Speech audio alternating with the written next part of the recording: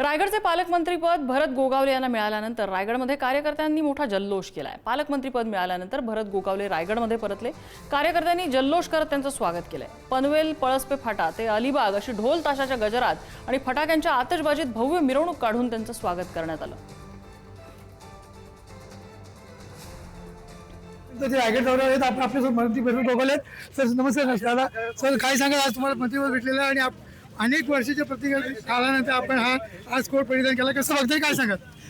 चांगली बाब आहे, आनंदाची बाब आहे। आज जे पालकमंत्रीपद काल डिक्लेअर झालं, आज आपण पाहतोय लोकांचा, कार्यकर्त्यांचा सगळ्यांचा उत्साह आणि त्या उत्साहाच्या वातावरणात आम्ही अलिबागला निघालेलो आहे आणि लोक वाटोवाट आपल्याला स्वागत करतायत।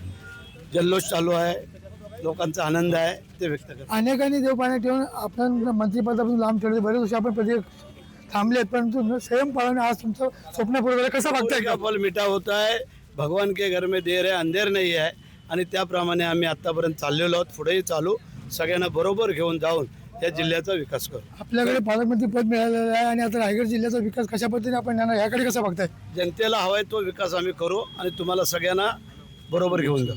हे होते मंत्री भरत गोगावले। पुणे न्यूज, सागर जैन, रायगड।